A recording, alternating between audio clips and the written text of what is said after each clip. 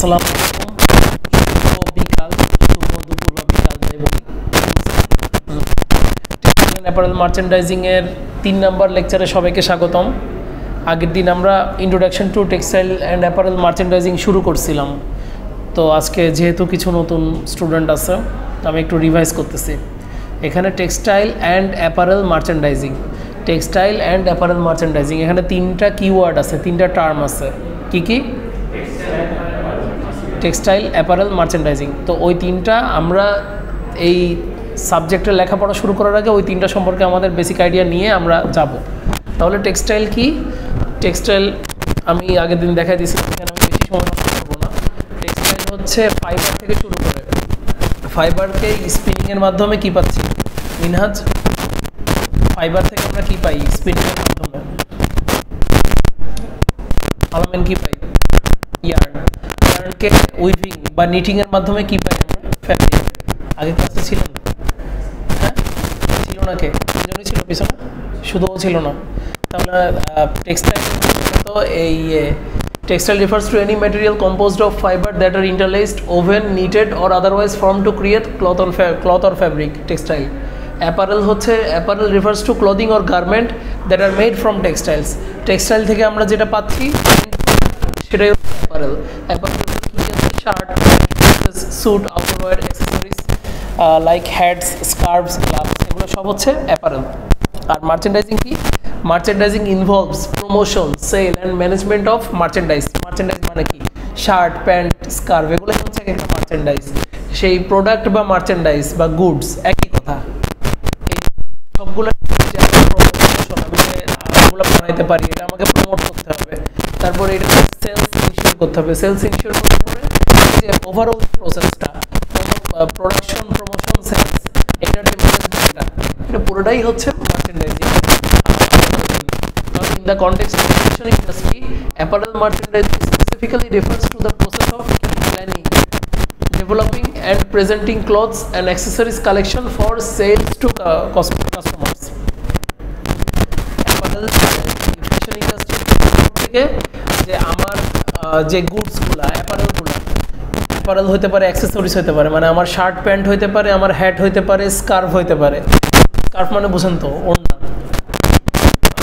বা মাফলার টাইপের যেগুলো ফ্যাশন ওটাই স্কার্ফ। হ্যাঁ, তো এগুলোর তৈরি যে প্ল্যানিংটা, ডেভেলপমেন্ট মানে কি? ওই প্রোডাকশনটা, তৈরি পদ্ধতিটা, এবং প্রেজেন্টিং ক্লথস, হচ্ছে প্রমোশন করা অ্যান্ড সেল করা। প্রমোশনাল ইভেন্ট বানানো, যে ফেসবুকে বলছিলাম যে কার কোন অ্যাপারেল ব্র্যান্ডের পেজে লাইক দেওয়া আছে, নতুন নতুন আইটেম ইয়ে করে কিনা, শোকেস করে কিনা, দেখায় কিনা, প্রমোট করে কিনা।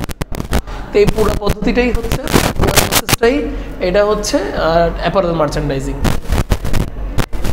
আচ্ছা ঠিক আছে, এবার আজকে আমরা টেক্সটাইল অ্যান্ড অ্যাপারেল মার্চেন্ডাইজিং এর উদ্দেশ্য, অবজেক্টিভ, এগুলো জানবো। অবজেক্টিভ কি? Timely production and delivery of textiles and apparel to meet market demand efficiently. তাহলে আমাদের মূল উদ্দেশ্যটা কি? যে সময় আমরা হচ্ছে প্রমোশনটা করবো, ঠিক আছে? শর্ট প্রমোশন মানে যে আমার এখন শীতকাল আসছে, এখন আমি হুডি সেল করতে হবে। তো এই রাইট টাইমে ধরেন এই যে আপনাদের পাশে এরা হচ্ছে আপনাদের কাস্টমার বেস, বা এখন যারা ফ্রেশ স্টুডেন্টরা ভর্তি হচ্ছে 17 ব্যাচ, 18 ব্যাচ, এই এক্সাম্পলটা আপনাদেরকে দিই নাই মনে হয়, যে 18 ব্যাচ আপনারা এবার ভার্সিটির একটা হুডি বানাইলেন, যেটাতে ইউনিভার্সিটি অফ স্কলার্স, মানে টেক্সটাইল না, সিএসসি না, বিবিএ, ইংলিশ, কোনো কিছু ফিক্স কি বলি, জাস্ট হ্যাঁ ভার্সিটি। যারা ফ্রেশ একটা আইডেন্টিটি লাগে, যে আমি মাত্র কলেজ শেষ করে এখন ভার্সিটিতে ঢুকছি, তাদের পরিচয় তৈরি হয়েছে, আপনাদের কাছে পরিচয়টা পরিবর্তন হয়ে গেছে। তারা আইডি কার্ডটা আপনাদের একটু বেশি যত্ন করে রাখে, আপনারা একটু অযত্নে রাখলেও, দাগটা ফেলে দিলেও ওরা, হ্যাঁ ওই তো, হ্যাঁ না হয় লিফটে দিবে না, লিফটে সাইড দিবে না, ওই তো পারপাস আছে, অবজেক্টিভ পারপাস আলাদা। ওদের ধরেন যে একটা আইডেন্টিটি, ব্র্যান্ড আইডেন্টিটি বা প্রাতিষ্ঠানিক ইনস্টিটিউশনাল আইডেন্টিটি, ওইটা বিল্ড করার জন্য এই যে ওদের জন্য যদি আপনি এখন হুডি আনতে চান, যে হুডি আনলাম আমরা নিজেরাও, বন্ধুরাও নিলাম, আবার হচ্ছে তাহলে আমার কি এখন রাইট টাইম না, নভেম্বরের প্রথম 2 সপ্তাহের ভিতরে আমার বাজারে নিয়ে আসতে হবে। আমি না আনতে পারলে যদি এই যে 16 তলায় যারা ক্লাস করতেছে বা 17 তলায় ওরা যদি টার্গেট করে বিবিএ থেকে যারা বিজনেস করে, আমরা তাইলে অর্ডার করে নিয়ে আনি, ওরা আগে মার্কেটে ঢুকে গেলে আপনাদের মার্কেট ঢোকা কি সহজ হবে? তাইলে মার্চেন্ডাইজারের দায়িত্ব হচ্ছে ensures timely production and delivery of textile and apparel to meet new market demand. Clear? কোনো প্রশ্ন? ওকে। ওয়ালাইকুম আসসালাম। Maintain high quality standards in textile and apparel through rigorous testing and inspection. আচ্ছা, মার্চেন্ডাইজারদের গুরুত্বপূর্ণ কাজ, সেই গুরুত্বপূর্ণ কাজটি বিভিন্ন টেস্টিং এবং ইন্সপেকশন করা। আপনারা নিজেরাই যে গার্মেন্টগুলো পরে আছেন, বোথ মেল অ্যান্ড ফিমেল, আপনাদের গার্মেন্টগুলোতে যদি ডিফেক্ট থাকতো আপনারা কি কিনতেন? মানে চোখে যদি ডিফেক্ট ধরা পড়তো, ডিফেক্ট থাকলেও কিনতেন। কখন কিনতেন? যে এটা আমার ডিফেক্ট ছাড়া কিনা লাগতো 3000 টাকা দিয়ে, ডিফেক্ট হওয়ার কারণে আমি এটা 1500 টাকায় পাচ্ছি, তখন হয়তো কিনতেন ডিসকাউন্ট নিয়ে। থ্রিফটিং অনেকে বুঝবেও না, থ্রিফটিং নিয়ে আচ্ছা বুঝলে ভালো।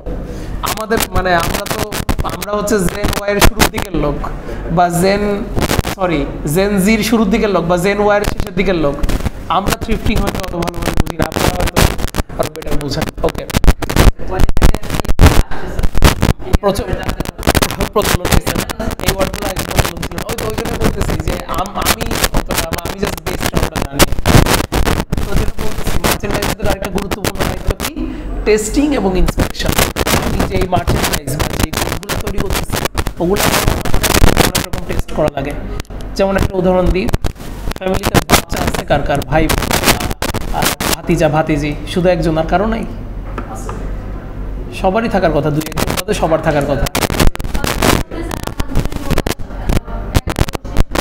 মাস না স্পেশালি একদম বেবি মানে চাইল্ড, যারা 5 বছরের নিচে, বলতেছি 5 বছরের নিচে বয়স যাবে, ওই তো মানে কাজিন টাইপের ভাই হইতে পারে, ভাতিজা ভাতিজি এই টাইপের হইতে পারে। তো এদের ক্ষেত্রে যখন আমরা পোশাক কিনতে যাই, স্পেশালি মারা বাবারা খুব সেন্সিটিভ থাকে কিন্তু, যে আমি এমন পোশাক কিনতে হবে, মানে যারা সচেতন আর কি, তারা খুবই সেন্সিটিভ থাকে যে যাতে কোনো রকমের র্যাশ না হয়ে যায়, ইরিটেশন না হয়ে যায়, বাচ্চার হচ্ছে টেম্পারেচার মানে শরীরের তাপমাত্রা যাতে বেশি বেড়ে না যায়, ও যাতে ইয়ে থাকে প্রপার কি ইয়ে হয়, ব্রিথেবিলিটি থাকে। ব্রিথেবিলিটি মানে কি? হ্যাঁ হ্যাঁ, অত অস্বস্তি না লাগে, বাতাস যাতে যাওয়া আসা করতে পারে ভেতর থেকে। আর কি বলেন? অনেক বেশি, এক্স্যাক্টলি।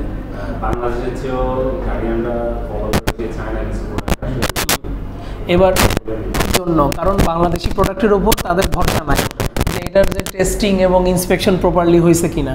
এবার আপনাদেরকে বলি, আপনাদের কি এই জিনিসটা আগে জানতেন যে বাচ্চাদের গার্মেন্টে মেটাল ধাতুর পরিমাণ কতটুকু এটা টেস্ট করা হয়? মেটাল কন্টেন্ট যে এখন বললাম, এটা আপনারা যখন ইন্ডাস্ট্রিতে জব করবেন তখন দেখবেন যে মেটাল ডিটেক্টরের ভিতর দিয়ে মেশিন পাস করা হয়। এই নেট তো আছে,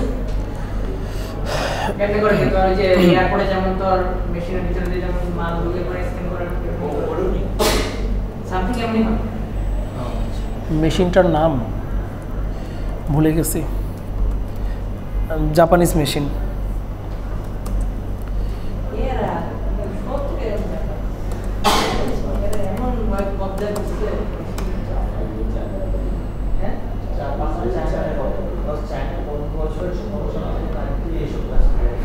মনে হয় একটা হচ্ছে মাসিমা ছিল আর একটা মনে হয় ইয়াসিমা ছিল, মানে আমার এক্স্যাক্টলি নামটা মনে আসতেছে না। একটা হচ্ছে 1 হেড ছিল আর একটা 2 হেড ছিল, মানে জাপানিজ ব্র্যান্ড আর কি।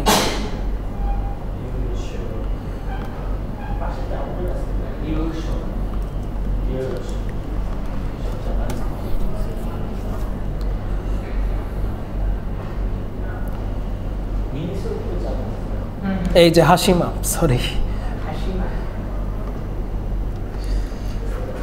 এই যে এইটা হচ্ছে হেড, এই হেডের ভেতর দিয়ে পাস করা হবে। এই যে এটা হচ্ছে 2 হেড, একটা হচ্ছে 1 হেড, এটা হচ্ছে 1 হেড। 1 হেড মানে কি একবার পাস হবে, আর ওটা হচ্ছে 2 হেড, দুইটা স্ক্যানারের ভেতর দিয়ে পাস হবে, কিন্তু ফ্যাব্রিক পাস, হ্যাঁ এয়ারপোর্টের মতোই। এই যে দেখছেন বাচ্চাদের গার্মেন্ট,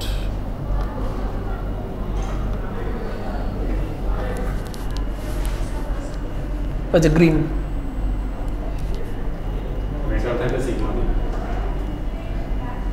এটা কি ওয়ান হেড না টু হেড? আর এটা কি জানেন, এটা কোন ডিপার্টমেন্ট, কোন সেকশন? এটা হচ্ছে কোয়ালিটি অ্যাসুরেন্স বা কোয়ালিটি কন্ট্রোল, কিউএ কিউসি। আবার স্পেশাল ইউনিট কোয়ালিটি কন্ট্রোল বা কোয়ালিটি অ্যাসুরেন্স, কিউএ কিউসি। এটা পুরো ফ্যাক্টরিতে সব জায়গায় জায়গায় থাকে। কাটিং হচ্ছে ওখানে কিউএ কিউসি থাকে, এখানে ফ্যাব্রিক আনলোডিং হচ্ছে ওখানে কিউএ কিউসি থাকে, তারপরে হচ্ছে সুইংয়ের ওখানে কিউএ কিউসি থাকে। হ্যাঁ অবশ্যই। প্রোডাকশন ফ্লোরে, ইন্ডাস্ট্রিতে প্রোডাকশন ফ্লোরে 3টা ডেজিগনেশন বা 3টা ডিপার্টমেন্টের স্টুডেন্ট। আচ্ছা সেলফোনটা সব ভিতরে রাখবো, আমরা কেউ সেলফোনে তাকাবো না, ঠিক আছে? আচ্ছা, তো একটা ইন্ডাস্ট্রিতে 3 ডিপার্টমেন্টে সবচেয়ে বেশি পরিমাণে লোক লাগে। একটা হচ্ছে IE, industrial engineering executive, IE. আর একটা হচ্ছে প্রোডাকশন। আইই তাও কিছু জায়গায় কম মানুষ দিয়েও চালায় ফেলে। প্রোডাকশন এক্সিকিউটিভ, আর তারপর হচ্ছে কোয়ালিটি এক্সিকিউটিভ। ফ্যাক্টরি ভেদে রেসপন্সিবিলিটি, রেঞ্জ বলতে বেস এমটিও। এটা ফ্যাক্টরি যদি খুব ভালো হয়, নাম করা হয়, 25-30 থেকেও শুরু করে। ফ্যাক্টরি যদি একটু কম নাম করা, একটু কম মানে একদম টপ 10-এর বাইরে কিন্তু টপ 50-তে আছে, ওরকম ফ্যাক্টরি হয়তো 25-এ শুরু করে। আর যদি তার চেয়ে আরেকটু নিম্নমানের হয়, মাঝারি লেভেলের হয়, সেখানে 20 থেকে শুরু করে। যদি আরেকটু নিম্নমানের হয় তাহলে 15 থেকে শুরু করে। বাকিটা আপনার রোলস অ্যান্ড রেসপন্সিবিলিটির উপর, যে আপনাকে দিয়ে এক রুম চালানো যাচ্ছে, আপনার একটা কোয়ালিটি বা মানে আপনার কোয়ালিফিকেশান বা স্কিল এক ধরনের, আমি 1 স্টার দিলাম। আপনাকে দিয়ে 2 রুম কমপ্লিট হচ্ছে, আপনাকে আমি 2 স্টার দিলাম। আপনাকে দিয়ে 1 ফ্লোর পুরো হয়ে যাচ্ছে, আপনাকে 3 স্টার দিলাম। আপনাকে দিয়ে 19-20 2টা ফ্লোর আমি চালাই ফেলতে পারতেছি 4 স্টারে। এক্স্যাক্টলি নিজের পারফরমেন্সের উপর বেস স্যালারি বা বেস ইয়েটা এক একজন এক একভাবে ঢুকতে পারে। কোনোভাবে মানে বেস স্যালারিতে একবার ঢোকাটা কঠিন। ঢোকার পর সে যখন নিজের পারফরমেন্স দেখাতে পারবে বা সে নিজে বুঝতে পারবে যে আমার জন্য কোনটা ভালো, আমি কি এখানে ভালো করতে পারতেছি কিনা। সবারই পটেনশিয়াল আছে, কিন্তু এক একজনের পটেনশিয়াল এক এক ফিল্ডে দ্রুত মানে পটেনশিয়াল বেশি থাকে, কম থাকে। একজনের পটেনশিয়াল একটা সার্টেন ফিল্ডে কম, তাহলে তাকে বেশি ইফোর্ট দিতে হবে। আবার আরেকজনের পটেনশিয়াল ওই ফিল্ডে বেশি, সে কম ইফোর্ট দিয়ে মানে চালাক মানে তার চতুরতার সাথে, তার এক্সপিরিয়েন্সের সাথে সে ওখানে শাইন করবে, এক্সেল করবে। আচ্ছা যাক, মেটাল ডিটেক্টরটা কী কারণে দেখাইছিলাম? হ্যাঁ, ওই প্রশ্নের ভিত্তিতে যে আপনাদের ধারণা আছে কিনা বাচ্চাদের কাপড় হচ্ছে এই মেটাল কন্টেন্টের জন্য টেস্ট করা হয়।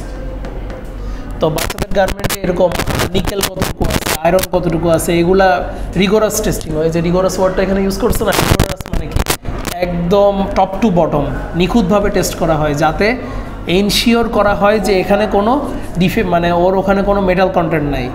বাই চান্স মেটাল কন্টেন্ট যদি পাওয়া যায়, বায়াররা যদি পায়, তখন কি করবে? তারা বড় একটা অ্যামাউন্ট জরিমানা করে মামলা ঠুকে দিবে। বুঝে গেছে? তো এটা মার্চেন্ডাইজারের দায়িত্ব যে ইন্সপেকশনগুলো ঠিক মতো হচ্ছে কি না। এই যে ধরেন যে বাটনগুলো, বাচ্চাদের বাটন, এই যে আপনারা যেই শার্ট বা মানে বোরখা থেকে বাটন আছে এরকম মানে ছিদ্রযুক্ত বাটনটা নাই, যেগুলো সুতো দিয়ে সেলাই করা এই বাটনটা নাই, তাদেরগুলো হচ্ছে স্ন্যাপ বাটন, তাই না? যে খাস করে মানে সকেট আর স্টার্ট থাকে যেগুলোতে আর কি, 2টা প্রান্ত থাকে যেটাতে। তো এইরকম বাটন, হোলের বাটন যদি বাচ্চাদের গার্মেন্টে থাকে, তাহলে ওটা পুল টেস্ট করতে হয়। পুল টেস্ট মানে কি, যে এটা টানলে কত জোরে টানা লাগতেছে বাটনটা ছিঁড়ার জন্য। একটা নির্দিষ্ট সেন্টিনিউটন, সিএন পার টেক্স, প্রতি টেক্সে কতটুকু সেন্টিনিউটন, এটা পার টেক্স হবে না, এটা হচ্ছে ওই পার বাটনে আর কি, যে কত নিউটন বলে আমার টানলে বাটনটা ছিঁড়তেছে, এটা পুল টেস্ট করা হয়। কেন? বাচ্চা যদি বাটন অল্প বল দিয়ে ছিঁড়ে ফেলতে পারে, তারপরে কী করবে? বাচ্চা কী করবে? তারপর মুখে দিবে, তারপর কী হবে? গলায় আটকায় যাবে, না হয় পেটে চলে যাবে। এগুলো সব টেস্টিং মানে রিগোরাস টেস্টিং করা হয়। আর হচ্ছে ওই যে স্ন্যাপ বাটন, যেগুলো আপনাদের স্ন্যাপ বাটন আছে বাচ্চাদের ড্রেসে, ওই জন্য প্রেফার করা হয় যে এই হোলের বাটন না দিয়ে স্ন্যাপ বাটন দেওয়ার জন্য। স্ন্যাপ বাটন কী দিয়ে তৈরি? সাইমা, স্ন্যাপ আপনার গার্মেন্টের যে বাটন আছে কী দিয়ে তৈরি? মেটাল দিয়ে তৈরি। তাহলে ওখানে আমাকে মেটালের কন্টেন্ট কতটুকু আছে পার মিটারে হিসাব করতে হবে না? হিসাব আছে পার মিটারে 1 গ্রামের চেয়ে 1 মিলিগ্রামের চেয়ে কম পরিমাণে মেটাল থাকতে হবে। মানে যেই বাটনটা মেটাল দিয়ে বানানো হয়েছে ওখানে কম মেটাল দিয়ে বাটনটা বানাইতে হবে। বুঝা গেছে কথাটা? ওকে। 3 number, analyse customer preference and market to develop appealing textile and apparel collection. তাইলে কাস্টমার প্রেফারেন্স, ওই যেটা বললাম যে কাস্টমার কোনটা প্রেফার করতেছে, কাস্টমার এই যে আমার কাস্টমার টিকটকাররা তারা এবার teddy shirt teddy panjabi prefer করে, গত সিজনে তারা টেডি শার্ট ডিপেন্ড করছে, এবার তারা টেডি পাঞ্জাবি প্রেফার করতেছে। আমাকে ওটা অ্যানালাইজ করে মার্কেট ট্রেন্ড অ্যানালাইজ করে ওই টেডি পাঞ্জাবি বানাইতে হবে। আগামী সিজনে যদি দেখা যায় যে টেডি বোরখায় মানে তারা প্রেফার করতেছে, করতেই পারে। আপনাদের মানে আপনাদের কাজ হচ্ছে মার্কেট কি ডিমান্ড করতেছে ওটা মার্কেটে, তাহলে আপনারা এক্সেল করতে পারবেন, বিজনেসটা গ্রো করবে। আচ্ছা, manage costs effectively across the supply chain to ensure competitive pricing without compromising quality. Quality compromise না করে কস্টিং কমাইতে হবে। কেন কমাইতে হবে? যাতে আমি আমার কম্পিটিটরের সাথে যুদ্ধে টিকে থাকতে পারি। ওই যে একটা এক্সাম্পল দিলাম যে আপনারা 20 তলাতে নিজেরা টেক্সটাইলের সিনিয়র আপনারা প্ল্যান করতেছেন হুডি আনবেন, 17 তলায় বিবিএরা প্ল্যান করতেছে তারা হুডি আনবে, ঠিক আছে? এবার তারা সিলেক্ট করছে হচ্ছে ঢাকার ভিতরে একদম প্রপার একটা জায়গায়, ধরেন বনানীতে কারোর একজনের চেয়ারম্যান বাড়িতে ওই যে গার্মেন্টস আছে, ওখানে হুডি তৈরি হবে, তৈরি হওয়ার পর এখানে বনানীতে প্রিন্টিং হাউস আছে, ওয়ার্কশপ আছে, ওখান থেকে প্রিন্ট করা নিবে স্কলারশিপ লোগো।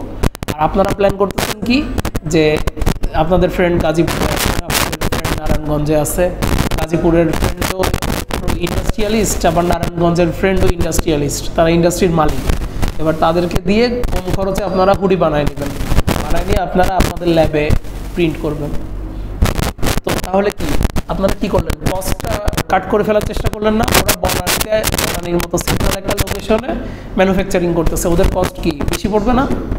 আর আপনার ফ্রেন্ডদের দিয়ে আপনারা বানাই নিয়ে তারা যখন ইয়েতে আসবে বললেন যে 50 টাকা বাড়াই দিব, বাসের আরেকটা সিট দখল করে ওইটাই হুডির বস্তাটা নিয়ে আসিস। তা আপনাদের মানে ওই যে ট্রান্সপোর্টেশন কস্টটাও মিনিমাইজ করলেন, করে টোটাল হচ্ছে কমের ভিতর সেরে ফেললেন। তাহলে কম্পিটিটর হচ্ছে কি আপনারা আগে থাকবেন না? কি এগুলা কি সুমাইয়ার মাথার উপর দিয়ে যাচ্ছে না? বোঝা যাচ্ছে? এটা সবারই বোঝা উচিত, বাকিরাও যারা কম বুঝেন তারা একটু শিখে নিন।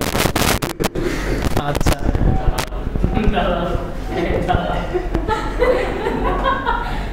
আচ্ছা, implement effective merchandising strategies to showcase product attractively and drive sales. Implement effective merchandising strategies to showcase products attractively and drive sales. একটা টার্ম আছে ভিজুয়াল মার্চেন্ডাইজিং।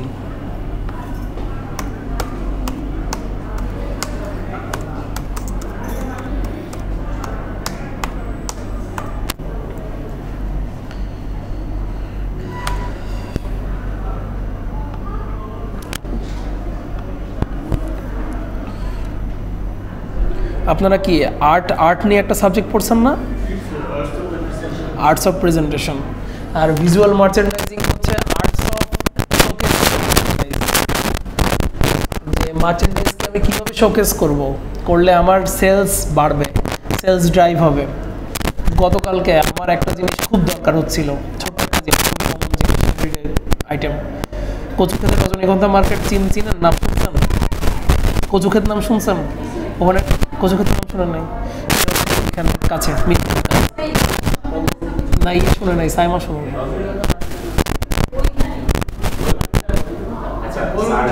আচ্ছা, তো ওখানে আমি 2 ঘন্টা ধরে একটা ওই যে বাইকাররা যে ইয়ে বলে, কি বলে ওইটারে, ওই যে ব্যান্ডানা বলে, যেটা আর কি ব্যান্ডানা চিনেন? বাইকাররা যে মাথায় যেটা পরে যাতে ঘাম না লাগে, ওইটা স্কার্ফ না, ওইটা বান্ডানা, পাতলা কাপড়ের। আমি বাইক কিনি না, এটা হচ্ছে এখন শীতকাল আসতেছে, গলার কান ঢেকে ঘুমানোর জন্য, গলার কান ঢেকে ঘুমানোর জন্য আমার মানে আমার জ্বর আসছে। আমার হচ্ছে আমার রুমমেট, আমার 7 বছরের ফ্রেন্ড, ও আমার প্রতি কোনো দয়া মায়া করে না, ও ফ্যান হচ্ছে ফুল ভলিউমে চালায়। এবার আমি ওরে বলবো, যাই হোক, ও আমার একটা ব্যান্ডানা লাগতেছিল ইমার্জেন্সি, 2 ঘন্টা ধরে আমি এত বড় মার্কেটটা ঘুরছি, কারো মানে ব্যান্ডানা কি মানে চিনতেছে কারো কাছে নাই বা ইয়ে নাই। পরে আরেকটা দোকান, লাস্ট একটা দোকানে গিয়ে পাইছি, কিন্তু এই যে আমি নিজে কেনার জন্য বসে আছি, আমার ইমার্জেন্সি দরকার, আমি প্রত্যেকটা দোকানে গিয়ে ঘুরতেছি, তারা যেই দোকানে পাইছি তারা জিনিসটা খুঁজেই পাচ্ছে না করে রাখছে আমাদের। হ্যাঁ, আমাদের দোকানে রেখে তারা 10-15 মিনিট খুঁজে তারপর বের করছে জিনিসটা। তো ভিজুয়াল মার্চেন্ডাইজিংটা এই জায়গায় প্রভাব ফেলে যে আমার কনজিউমার, আমার কাস্টমার, সে আসতেছে, সে আমার দোকানে এসে যাতে মানে আমার দোকানে এসে যাতে আমার পাশের দোকান থেকে আইটেম না কিনে। ব্যাপারটা বুঝতে পারছেন? রায়ান্স আর স্টারটেক পাশাপাশি আছে, যে রায়ান্সে কম্পিউটার মডেল টোটাল দাম সব দেখে গিয়ে ও যেন স্টারটেক থেকে না কিনে। স্যার এটা একটা স্যার ওই যে ইয়ার মতন স্যার, মানে বিভিন্ন মিনা বা সুপার শপ, হ্যাঁ সেম প্রোডাক্ট কিন্তু আপনার ম্যাগনেটও অন্যান্য ব্র্যান্ড আছে। ডিসপ্লে বা হচ্ছে মূলত এই যে এখানে 3টা ওয়ার্ড, শোকেস, প্রোডাক্ট, অ্যাট্রাকটিভলি। প্রোডাক্টের ভিতরে আবার অ্যাট্রাকটিভলি দেখানোর কি আছে, মানে মাথায় আসতে পারে না? প্রোডাক্ট সব তো একই, হলুদ রঙের প্যাকেট, আর মিস্টার নুডলস হচ্ছে লাল রঙের প্যাকেট। এখানে আবার অ্যাট্রাকটিভভাবে দেখানোর কি আছে? অ্যাট্রাকটিভভাবে দেখানোর ওয়ে হচ্ছে যে 2টা ফ্যামিলি প্যাক কিনলে একটা প্যাক আমরা ফ্রি দিচ্ছি। মানে ও যদি ইন্ডিভিজুয়ালি ইয়ে করতো, প্যাকেটগুলো সেল করতো, ইন্ডিভিজুয়ালি প্যাকেটগুলো সেল করলে ওর তো মানে ঠিকই চিন্তা করেন, ও 16টা প্যাকেট বেচলে আরেকটা প্যাকেট মানে 17টা প্যাকেট বেচে যে ও খুব বেশি লাভ করতো তা তো না, খুচরা লাভ। কিন্তু আমি যদি একবারে ওরে 16টা প্যাকেট বেচে দিতে পারি, যারা মূলত সেলসে জব করে তারা কিন্তু আমি কয়টা বিক্রি করলাম ওইটা ওইভাবে হিসাব করে না, মানে আমি কয়টা ইউনিট বিক্রি করলাম এটা হিসাব না করে আমি কতজনের কাছে বিক্রি করলাম। ওরা আপনাকে মানে ওরা আপনার চাহিদাটা বাড়ায় দিবে। চাহিদা বাড়ায় দেওয়া বলতে কি, যে আপনাকে ডিসকাউন্ট দিয়ে দিয়ে টপ, হ্যাঁ, মানে মূল কথাটা হচ্ছে এমন না যে আপনাকে আমি মাসে আমি দৈনিক আপনাকে একটা নুডলসের প্যাকেট বিক্রি করবো, এটা আমার গোল না। আপনাকে হচ্ছে আমি বেশি নুডলস বিক্রি করে আপনাকে দিনে 2টা করে খাইতে বাধ্য করব, আপনার কনজাম্পশন বাড়াই দিব ডিসকাউন্ট দিয়ে বা ইয়ে করে।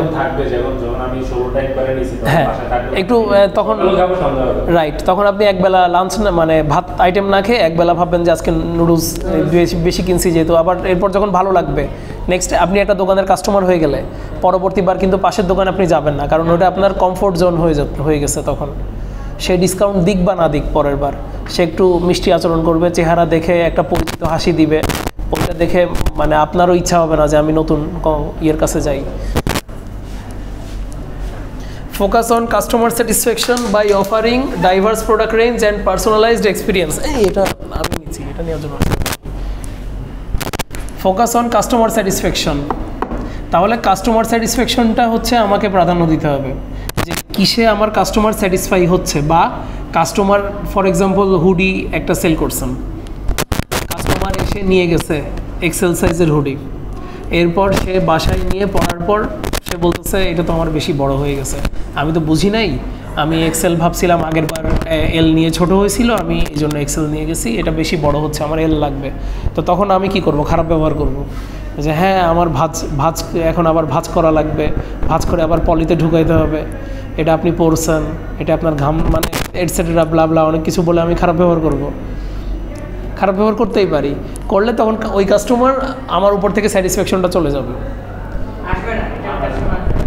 আসবে না। ঠিক আছে, এটা হইতে পারে মাঝে মাঝে যে আমার কোনো রকমের ক্ষতি হইলো বলতে কি, যে আমি একটা কনফার্ম সেল ছিল, সেই কনফার্ম সেলের পর আজকে আরেকজন কিনলে আমার 2টা সেল হইলো, কিন্তু আজকে আমার নতুন কোনো সেল হলো না, আজকে জাস্ট কি হলো, রিপ্লেসমেন্ট হলো।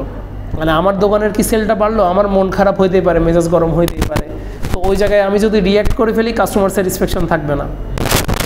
একটা এক্সাম্পল, একটা কেস স্টাডি এক্সাম্পল বললাম। তো কাস্টমার স্যাটিসফ্যাকশন কি আরও অন্যভাবে ইনশিওর করা যায় না? অন্যভাবে ইনশিওর করা বলতে কি, যে একটা কাস্টমার মিনহাজ একটা হুডি কিনছে, কেনার পর মিনহাজের হুডিটা পছন্দ হয়েছে বা মিনহাজের ফ্রেন্ডরা হুডিটার প্রশংসা করছে, মিনহাজ তখন আরও পুরা বাকি সবাইকে নিয়ে চলে গেল। হ্যাঁ, এবার সবাই মিলে যখন গেল, এখানে যতজন গেল তার 60% মানুষ, 10 জন গেলে তার ভিতর 6 জনের পছন্দ হয়ে গেল, 6টা কিনলো।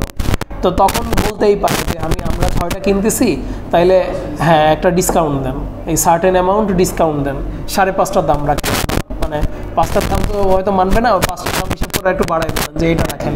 তো তখন বায়ার মানে সেলার যদি রাজি না হয়, কি করে আমরা 3-4 মিলে একসাথে যাই, একজনে 2টা কিনে দিব, তিনজনে 6টা কিনবো, আমার পাইকারি জুবাইরকে কি 2 বছর পর আপনারা পাবেন?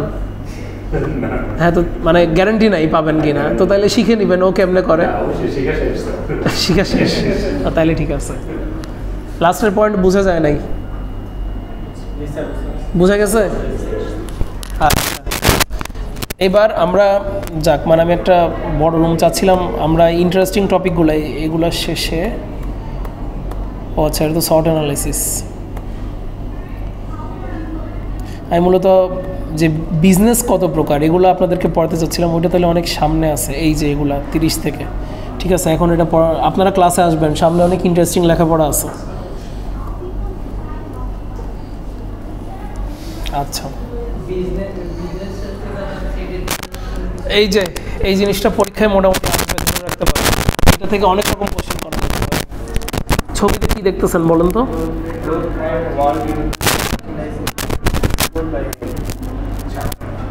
বিশ্বের জিডিপি বৃদ্ধির হার এবং মার্চেন্ডাইজ এক্সপোর্ট। মার্চেন্ডাইজ এক্সপোর্ট মানে হচ্ছে পণ্য রপ্তানি, মার্চেন্ডাইজ মানে পণ্য, এটা গার্মেন্ট হইতে পারে, এটা ওষুধ হইতে পারে, এটা চামড়া হইতে পারে, এটা কি বলে চিংড়ি মাছ হইতে পারে, বাংলাদেশ মেজর যা যা এক্সপোর্ট করে আর কি।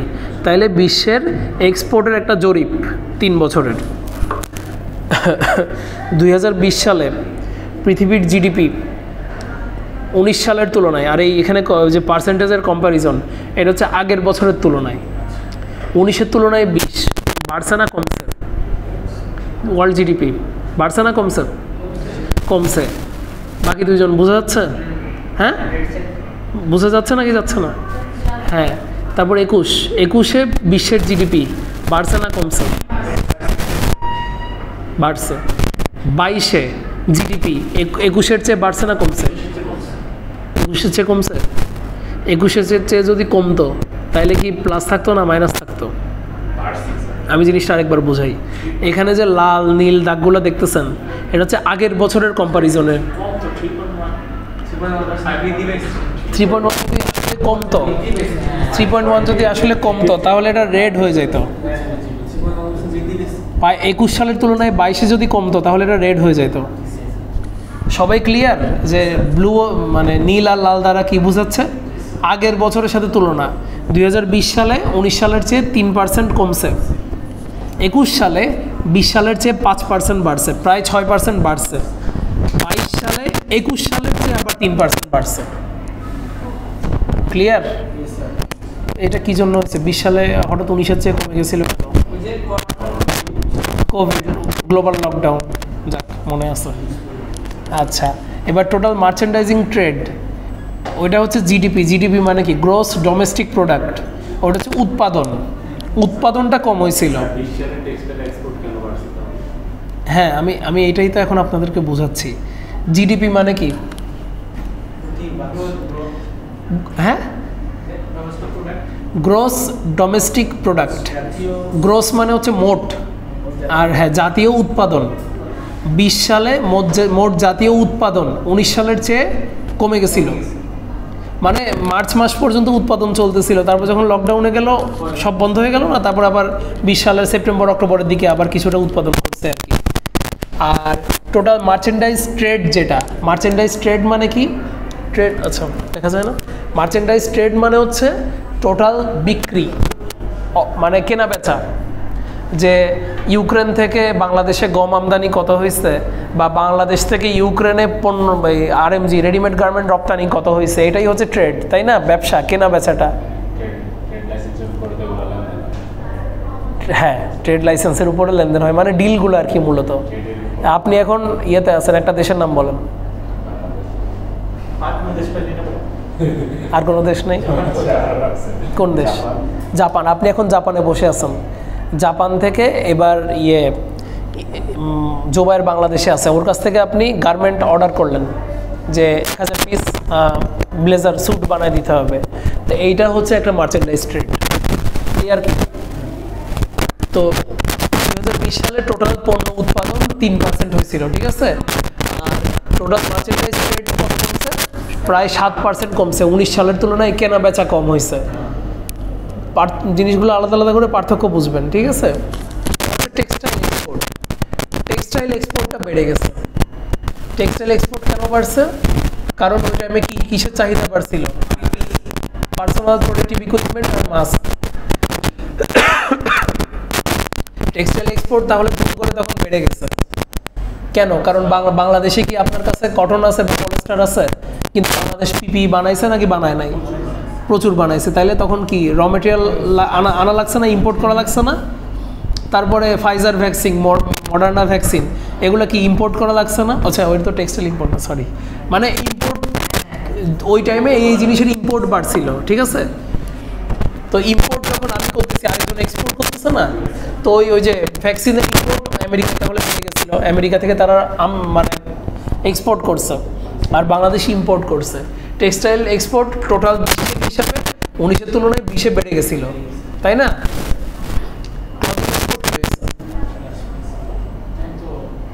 19 সালের তুলনায় ক্লদিং এক্সপোর্ট, এটা কি বোঝা যাচ্ছে কি ঘটছিল 20 সালের মানে টোটাল চিত্রটা?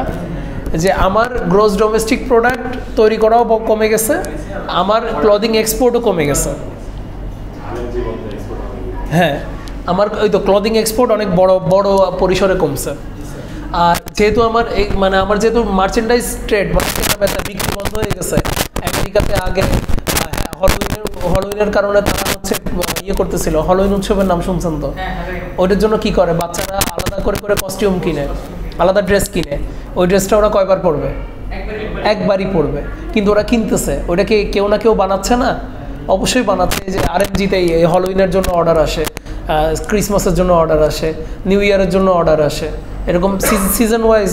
বা হ্যাঁ, অদ্ভুত মানে কি, এই যে ধরেন হ্যালোইন উপলক্ষে গেট টুগেদার হয় না, ওটা তো সরকারি ছুটি, মানে বাসায় আত্মীয়রা আসে, বা বোনের বাসায় বোন যায় বাচ্চা নিয়ে, হ্যাঁ, মানে বাসায়ও বেড়াইতে যায়। তো তখন হচ্ছে একটা সিজন, একটা উৎসবের পরিবেশ, ঈদের মতো আর কি, ছুটি পাচ্ছে, একটা উৎসব চলতেছে। আপনার ওই যে জিজ্ঞেস করলাম না যে কার কার ঘরে বাচ্চা আছে, মানে যারা অন্য জায়গায় চকলেট আনতে যাইতে পারবে না, ওরকম পিচ্চি বাচ্চা, কোলের বাচ্চা, তাদেরকে কাপড় পরাইতে হবে না, পোশাক পরাইতে হবে না। মানে বাপ মা তো যখন অক্টোবরে যায়, তাদের মাথায় তো একটা উৎসব কাজ করে, যে এটা হচ্ছে হ্যালোইনের দিবস, হ্যালোইনের মাস, এটা আমরা হ্যালোইন সেলিব্রেট করব। ওই গার্মেন্টটা তখন কিনে। যেমন আপনারা ডিসেম্বরে যখন যাবেন, যদি প্ল্যান থাকে যে ডিসেম্বরে আমি হচ্ছে বের হব, ঘুরবো, আপনারা কি সবুজ কালারের যেই গার্মেন্টগুলো তৈরি হয় ওগুলোর দিকে একটু ইন্টারেস্ট বাড়ে না? মানে ব্যাপারটা কি বুঝতে পারছেন? বা হচ্ছে ফেব্রুয়ারিতে জিনিস মানে আইটেম কিনবেন, তখন সাদা কালো, ব্ল্যাক অ্যান্ড হোয়াইট টাইপের জিনিসের প্রতি, হ্যাঁ, লালও পরে অনেকে। তারপরে হচ্ছে যখন এপ্রিল মাসে একটু জিনিসপত্র কেনাকাটা করতে যান, তখন কোন কালার চিনেন? সাদা লাল।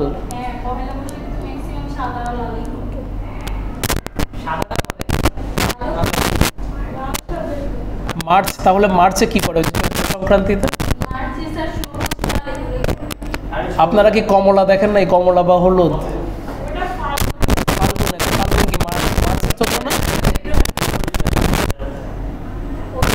আচ্ছা আচ্ছা, হ্যাঁ, বাসন্তী কালার আর কি। তো সিজনের উপর তাহলে আমার যদি ওইরকম সিমিলার ফ্যাশন আমি আনি, তাহলে ওটা চলবে কিনা মার্কেটে? আমরা মেইন আলোচনা থেকে একটু দূরে চলে আসছি। 20 সালে ছিলাম আমরা এখন। তাহলে ক্লদিং এক্সপোর্ট কমছিল। কেন কমছিল আমরা কি বুঝতে পারছি সবাই? হ্যাঁ, টেক্সটাইল মার্চেন্ট সব কিছু কমছিল, কিন্তু টেক্সটাইল এক্সপোর্ট কেন বাড়ছে? ক্লিয়ার হয়েছে? এটা আমরা বুঝতে পারছি। ওকে, আমরা এবার 21-এ যাব। 21-এ গেলাম। 20-এ যেই ড্যামেজটা হয়েছে সবার, 21-এ সবাই চেষ্টা করছে যতটুকু সম্ভব পোষায় নেওয়া যায়। যে আপনারা তো ভর্তি হয়েছেন ইউনিভার্সিটিতে 21-এর পরে, 22-এ। তা আপনারা বাদে বাকি যত মানুষজন ছিল তারা নিজেদের ক্ষতি অনেক বেশি পোষায় নিছে। তা আপনারা হচ্ছে অপেক্ষা করছেন শুধু এইচএসসির জন্য, তাই না? এইচএসসিটা 21-এ হয়েছে নাকি? না না, ওটা তো আচ্ছা, এইটাই কি সেই ক্রিমিনাল ব্যাচ নাকি? অটোপাস হচ্ছে 11রা, তাই তো? হিসাবে 11রা, তাই তো? নিজেদের গায়ে ব্লেমটা নিচ্ছেন না? হ্যাঁ, আচ্ছা, হাফ ক্রিমিনাল। আচ্ছা, বুঝতে পারছি। তো যাই হোক, 21 সালে যেমন আমি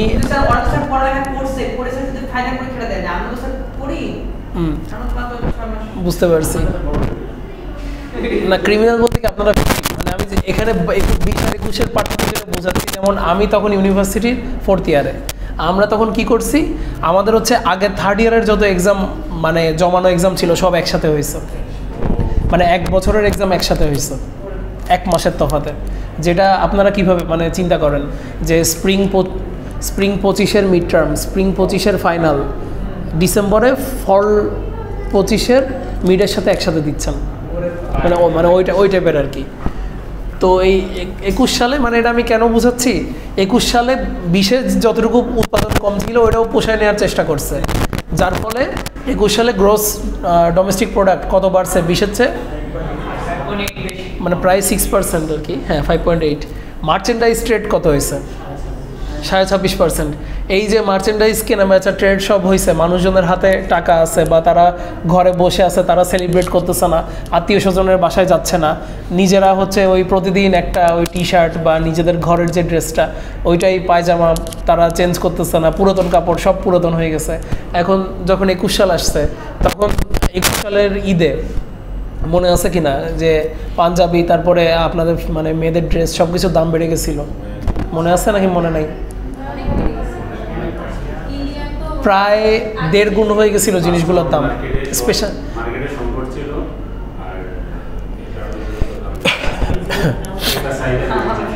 আমি আমার ব্যক্তিগত এক্সাম্পলটা যদি দিই, আমার সাথে যেটা হয়েছিল, ওই টাইমে আমি হচ্ছে পাঞ্জাবি, শিলানো পাঞ্জাবি প্রেফার করতাম। আমি মানে রেডিমেড জিনিসে অনেক পরে ঝুঁকছি, শিলানো জিনিসই প্রেফার করতাম আগে থেকে।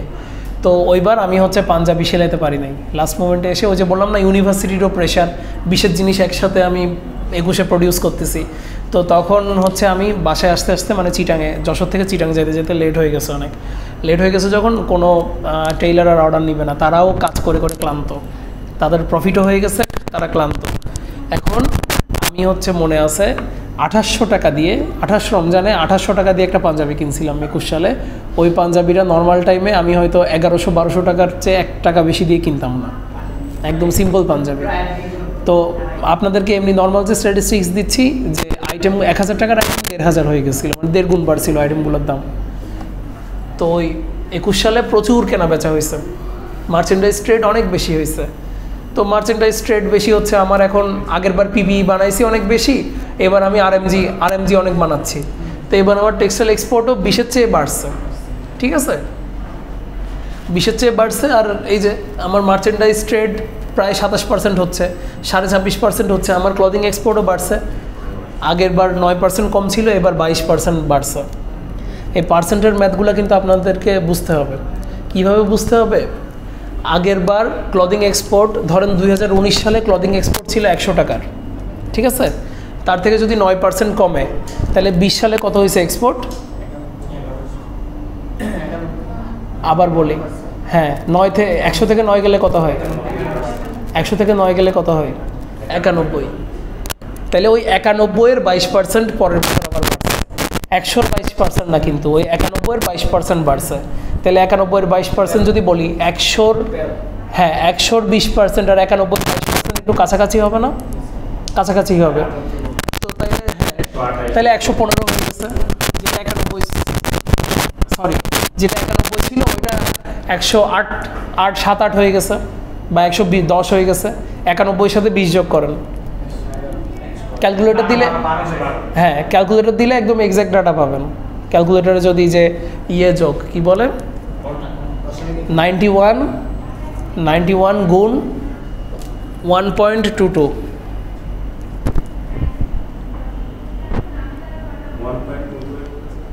এই যে 122, 1 যোগ 0.22, এটা কত? এটা কত? 22, হ্যাঁ হ্যাঁ। তো তাহলে এটা মানে 122 না, 100 তো অলরেডি আছে, এটা তো পার্সেন্ট, তো সেটাকে আমি আবার 100 দিয়ে ভাগ দিচ্ছি আর কি।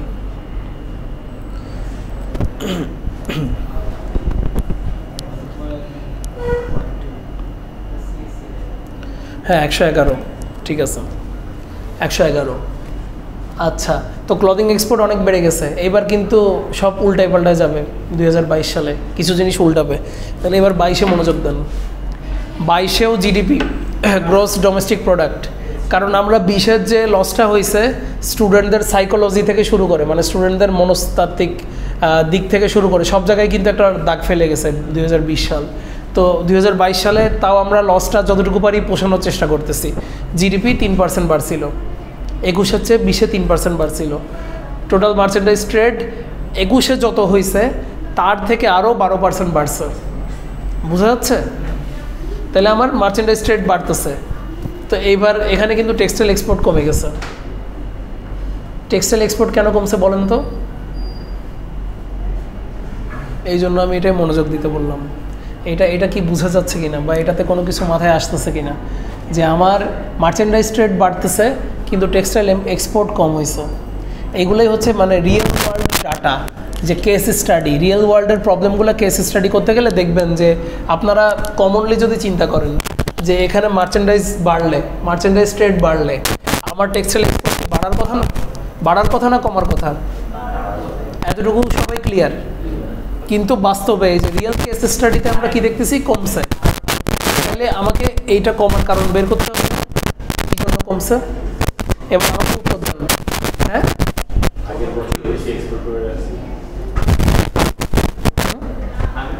আগের বছর এক্সপোর্ট করছে, এবার তো এক্সপোর্ট করছে। এই যে ট্রেড বেশি হয়েছে, এক্সপোর্ট বেশি হয়েছে, 21-এর চেয়ে 22-এর তো বেশি হয়েছে। আমার ফ্যাক্টরিতে র মেটেরিয়াল 19 সাল থেকে রয়ে গেছে না কিছু র মেটেরিয়াল, 20 সালে কি আমি বিক্রি করতে পারছি ঠিক মতো? আমার কাছে র মেটেরিয়াল ছিল কি না? তুলনামূলক ছিল। তো এবার এই যে ইয়েতে 2022 সালে এসে আমার মানে ক্লদিংয়ের বিজনেস অত বেশি হয় নাই আমার। হ্যাঁ, কথাটা বুঝতে পারছেন? আমার টোটাল পুরাতন র মেটেরিয়ালগুলো ব্যবহার করে নতুন অর্ডার খুব বেশি বাড়ে নাই, নতুন অর্ডার খুব বেশি বাড়ে নাই। নতুন অর্ডার যখন খুব বেশি বাড়ে নাই তখন আমার টোটাল টেক্সটাইল যে মানে টেক্সটাইল আইটেমের যে পরিমাণ, আপনারা চিন্তা করেন 2021 সালে 20 সালে যে পরিমাণে পিপি ইউজ করছেন বা মাস্ক ইউজ করছেন, হেড ক্যাপ ইউজ করছেন, গ্লাভস ইউজ করছেন, 22-23-এ কি 21-22-এ কি সেই পরিমাণ ইউজ করছেন? হ্যাঁ, করেন নাই। তো তাহলে কি মার্কেটে এখন মাস্ক, আগে মাস্কের প্যাকেট পড়েছিল, কিছু কিছু জায়গায় মাস্ক সংকটও হয়তো, তাই না? যে সবাই প্যাকেট ধরে ধরে মাস্ক কিনে, বা বিভিন্ন জিনিস যখন সবাই একসাথে কেনা শুরু করে। হ্যাঁ, আপনি কোন ডিপার্টমেন্ট? হ্যাঁ, পেন। আপনি এমনি কোন ব্যাচের স্টুডেন্ট? এই যে এই রুমের? আচ্ছা, তাহলে একজন একটা পেন দেন, উনি ক্লাস শেষে দিয়ে যাবেন আমার। ও সরি, দেখেন কোনটা। ক্লাস চলতেছে। লাল কালারের কলম, ঠিক আছে। তাহলে আমরা জানতে চাইছি যে 2021 সালের 22 সালে আমার কি আগের মতো face mask, head cap, gloves লাগছে? লাগে নাই। তারপরে আপনার 20 সালে যে কাপড়গুলো পুরাতন হয়ে গেছে ওগুলো আপনি সব কিনে ফেলছেন কখন? 21 সালে। মানে আপনার বেসিক নেসেসিটিস যেগুলা বেশি বেশি কিনছেন 21 সালে, আপনি বেশি বেশি কিনছেন, তাই না? 22 সালেও কি আপনি একদম 21 সালে যে ধরেন 3টা নতুন টি শার্ট কিনছেন, 2টা শার্ট কিনছেন, একটা পাঞ্জাবি কিনছেন, বা 22 সালেও কি ওরকম 3টা টি শার্ট, 2টা শার্ট, একটা পাঞ্জাবি এরকম কিনছেন এক্স্যাক্ট? তখন হয়তো একটা শার্ট, একটা টি শার্ট কিনছেন। কথাটা কি মানে বোঝা যাচ্ছে? যে তখনকার যে কনজামশনটা ছিল 22 সালে কনজামশন কমে গেছে 21 সালের তুলনায়। আর কনজামশন কমে আমার যে ইন্ডাস্ট্রিতেও তাহলে আমার কি প্রোডাকশন বা অর্ডার আগের মতো ছিল না, কমে গেছে? কমছে। তাহলে যেহেতু টোটাল অর্ডার কমে গেছে, আমার টেক্সটাইল এক্সপোর্ট কমে গেছে, বিশ্বে টেক্সটাইল এক্সপোর্ট কমে গেছে, কিন্তু ওই যে ক্লদিং এক্সপোর্ট যেটা, ওইটা কিন্তু কমে নাই। এবার এটা দেখে কি কনফিউজ লাগতেছে? এটা কনফিউজ লাগার কথাও না, কারণ এইগুলা চলতেছে ওই যে 20 সালে যে ড্যামারেজটা হয়েছিল, হ্যাঁ সেইটা, হ্যাঁ সেটার আফটার ম্যাথ চলতেছে। তা আমি যদি এবার এখান থেকে কত রকমের কোশ্চেন হতে পারে, ইয়ার্ন, ফেব্রিক এগুলো সবই টেক্সটাইল। ক্লথিং হচ্ছে গার্মেন্ট। তো তৈরি পোশাক, এন্ড প্রোডাক্ট। একটা শাড়ি হলেও ক্লদিং হবে, বা হচ্ছে একটা 3 পিস, কমপ্লিট 3 পিস লেহেঙ্গা, এগুলোও ক্লদিং। আর ওইটা যদি আনস্টিচ থাকে সেটা কিছু জায়গায় ক্লদিং বলা যায়, কিছু জায়গায় ওটা কিন্তু ফ্যাব্রিকই বলা যায়। যেটা আপনারা ধরেন আনস্টিচ যেটা কিনতেছেন 2 পিস বা 3 পিস, ওইটা ফ্যাব্রিক আর ক্লদিংয়ের মাঝামাঝি থাকে। তাইলে এখান থেকে কত রকমের কোশ্চেন হইতে পারে? আমি 20 সাল থেকে কোশ্চেন দিতে পারি যে 20-এ মাইনাস হয়ে জিডিপি 21-এ কেন প্লাস হচ্ছে, এখান থেকে একটা কোশ্চেন হইতে পারে। টেক্সটাইল মার্চেন্ডাইজ ট্রেড মানে লাল থেকে নীল যে কয় জায়গায় আসছে, 1 2 3, এখান থেকে 4 5 6, আচ্ছা এটা বলছি 7। হ্যাঁ, মানে কম্পারেটিভ স্টাডি, যে রিয়েল কেস স্টাডি। আপনারা নিজেরা যখন শক হয়ে গেলেন যে 22 সালে সবই ঠিক আছে, টেক্সটাইল এক্সপোর্ট কমছে কেন, এটাই ধরেন সবচেয়ে গুরুত্বপূর্ণ একটা পয়েন্ট। কিন্তু এটাই হবে বলতেছি না, যে কোনো জায়গা থেকে হইতে পারে। এবং আপনাদের তো কোশ্চেন 3 সেট করে করা হয়, 3 সেট থেকে যে কোনো একটা আপনারা পাবেন। এই যে আমি মুখে যা যা বললাম এখানে ব্যাখ্যা লেখা আছে। আচ্ছা, এবার জাস্ট 2022 সালের ডাটা আছে এখানে, যে 2022 সালে টেক্সটাইল এক্সপোর্টার। এখানে কিন্তু দুইটা জিনিস। হ্যাঁ, এটা হচ্ছে এই যে কি বলে জানো,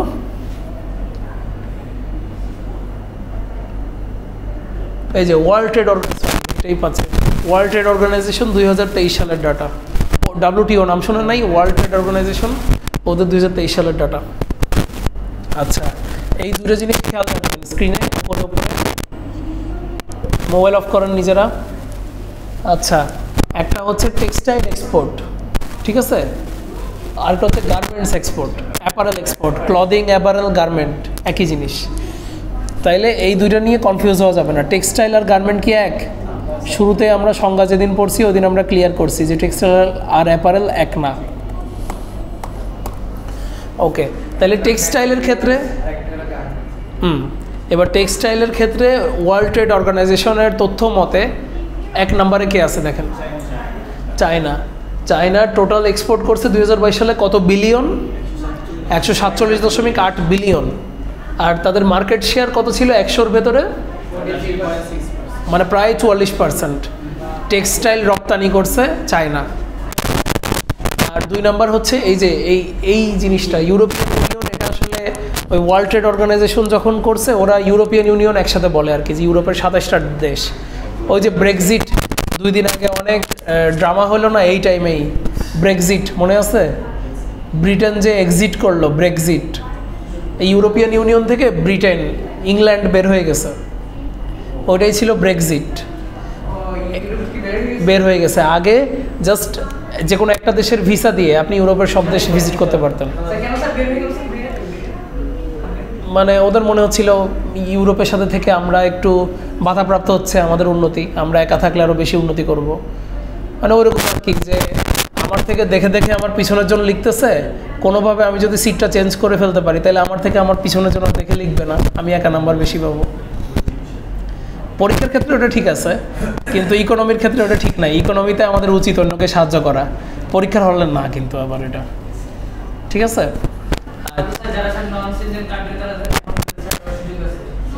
কারা কারা?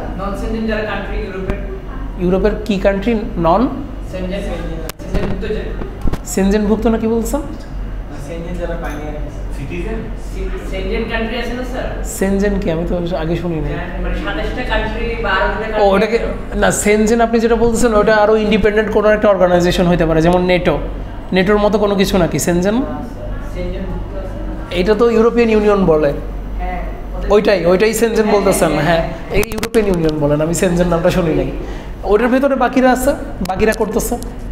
ফ্রান্স আছে, ইতালি, স্পেন, পর্তুগাল, জার্মানি, হ্যাঁ ওরা আছে।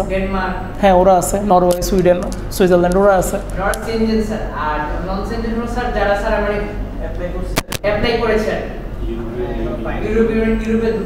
আচ্ছা আচ্ছা আচ্ছা,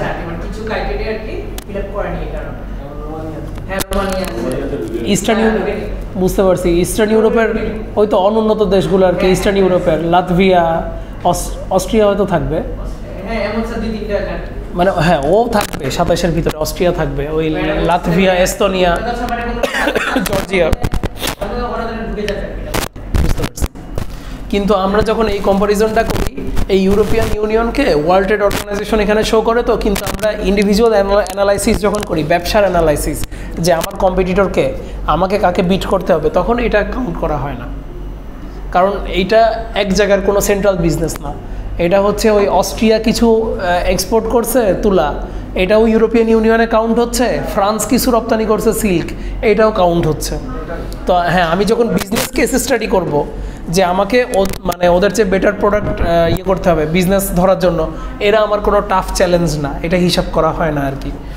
তারপরে ইন্ডিয়া আছে, তুরস্ক আছে, ইউএসএ আছে, ভিয়েতনাম আছে, পাকিস্তান আছে, তাইওয়ান আছে, সাউথ কোরিয়া আছে, জাপান আছে, এগুলো টেক্সটাইল। এবার আমি ওই জন্য ওই জিনিসটা ক্লিয়ার থাকতে বলতেছি, একটা টেক্সটাইল, আরেকটা হচ্ছে অ্যাপারেল।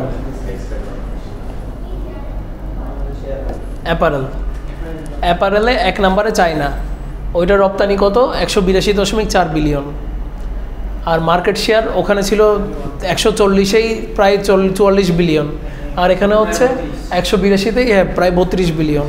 আচ্ছা, ইউরোপিয়ান ইউনিয়ন এখানে মানে যখন আপনি কেস স্টাডি করবেন যে আমাকে কার সাথে লড়াই করতে হচ্ছে, বাংলাদেশের লড়াই কার সাথে হয় মূলত?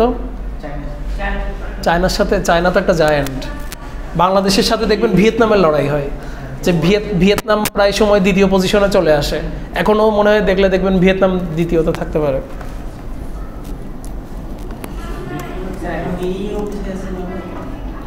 ইউ মানে আমি ওই জিনিসটা মনে হয় আপনাদের বুঝাতে পারতেছি না, বলতেছি দাঁড়ান।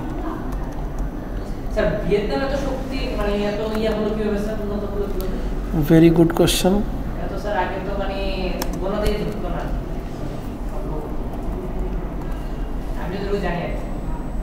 এখন 2 নম্বরে আছে,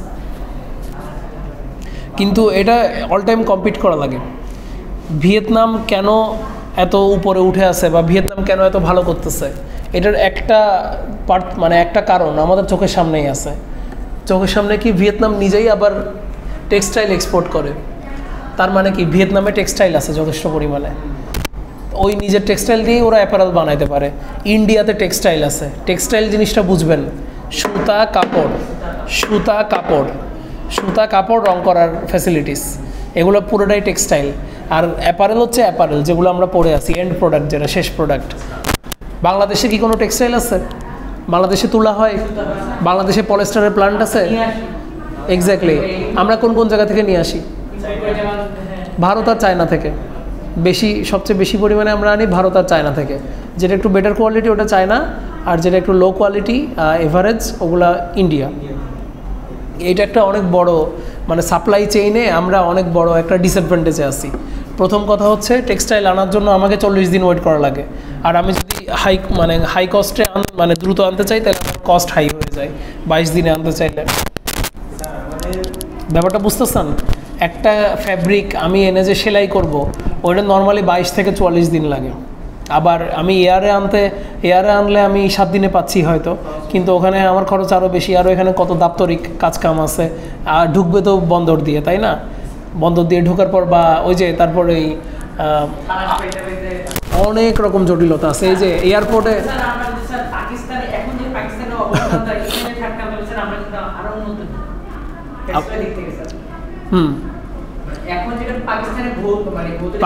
পাকিস্তানে কি খুবই অনেক বেশি নাকি টেক্সটাইল? পাকিস্তানের নিজের যে টেক্সটাইল দেখেন, পাকিস্তানের নিজের যে টেক্সটাইল $8.7 বিলিয়ন রপ্তানি করছে, তাই তো? আর পাকিস্তানের নিজেরও তো অ্যাপারেল ইন্ডাস্ট্রি আছে, সেটাও কিন্তু 8.9, অ্যাপারেলও 8.9, টেক্সটাইলও 8.7। মানে এমন না পাকিস্তান আমরা তো নিই, ইন্ডিয়া থেকে নিই আমরা। পাকিস্তান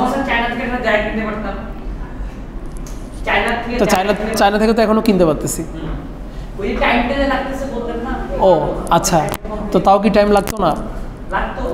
শুনেন আপনারা, আমি বলি ইন্ডিয়া কি আমাদের পাশের দেশ না? চায়নার পাশের দেশ পাকিস্তান। আপনার লজিকে বলতেছি, চায়নার পাশের দেশ পাকিস্তান, তো ইন্ডিয়া কি বাংলাদেশের পাশের দেশ না? ইন্ডিয়া থেকে জিনিস আসতে 22 দিন লাগে। আপনার যে ব্যুরোক্রেসি, যে দাপ্তরিক কাজকাম, ব্যবসা পোর্ট হয়ে ঢুকবে, ওখান থেকে খালাস করে আনতে হবে, সেখান থেকে পরিবহন করে আনতে হবে, এখানেই তো দিন কত চলে যাচ্ছে। এটা পুরোটাই মানে মানে কি বলবো, সিন্ডিকেট বা ব্যুরোক্রেসি, যে ব্যুরোক্রেসি যেটা, বা আপনার হচ্ছে ওই যে কি বলে যেন এটাকে, মানে দাপ্তরিক যে কাজকামগুলো আর কি, দপ্তরের একটা সুন্দর ওয়ার্ড আছে, ক্লেরিক্যাল যে ওয়ার্কগুলো বা ডকুমেন্টেশন যেগুলো, এই ডকুমেন্টেশন এগুলো করতে গিয়ে তো আপনারা ডকুমেন্টেশন পড়বেন তো, যে আমদানি করতে রপ্তানি করতে কী কী ডকুমেন্ট লাগে।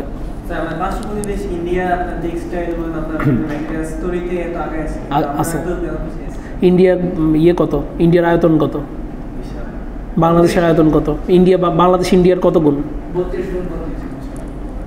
চায়না কত গুণ, ইউএসএ কত গুণ, বাংলাদেশে মানুষ বেশি, বাংলাদেশ ছোট্ট একটা জায়গা, 1,47,500, হ্যাঁ 570 বর্গ কিলোমিটারের ছোট্ট একটা ভূমি। হ্যাঁ, তো এইটা উপলক্ষে মিষ্টি কি কিনে খাওয়া দাওয়া করছেন? কইছে আমি তো মিষ্টি পাই নাই। আপনারা মিষ্টি কবে বিলাইছেন? আমি তো পাই নাই। হ্যাঁ, এখানে অনেক ফ্যাক্টর আছে। মানে এখন বাংলাদেশে 18 কোটি মানুষ আছে বা 18.5 কোটি মানুষ আছে, সবাইকে তো জীবিকার তাগিদে সবাই লড়াই করতেছে, কম্পিট করতেছে, করে যতটুকু পারতেছে করতেছে আর কি। বাংলাদেশের প্রচুর সীমাবদ্ধতা আছে। আপনার ল্যান্ড নাই, ওদের ল্যান্ড আছে, ওদের রিসোর্স আছে। ইন্ডিয়ার ভিতরে কত রকমের ওয়েদারের জায়গা আছে, কটনের জন্য শুষ্ক ওয়েদার লাগে ওদের। হ্যাঁ, ওদের হচ্ছে উত্তরপ্রদেশ, তারপর রাজস্থান, এগুলো হচ্ছে শুষ্ক মরুভূমি এলাকা। ওইরকম জায়গাতে হচ্ছে মানে আমার এরকম হ্যাঁ র ম্যাটেরিয়াল যেগুলো, ন্যাচারাল র ম্যাটেরিয়াল, এগুলো আমি বেশি প্রডিউস করতে পারবো।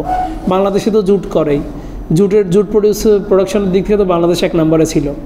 70-এর দশকে তো পাট, সবচেয়ে বেশি পাট রপ্তানি করতো বাংলাদেশ। কিন্তু এখন পাটের ডাইভার্সিফিকেশনটা, এটা তো বারবার জোর দেওয়া হয়, কিন্তু এটা ওইভাবে মার্কেট গ্লোব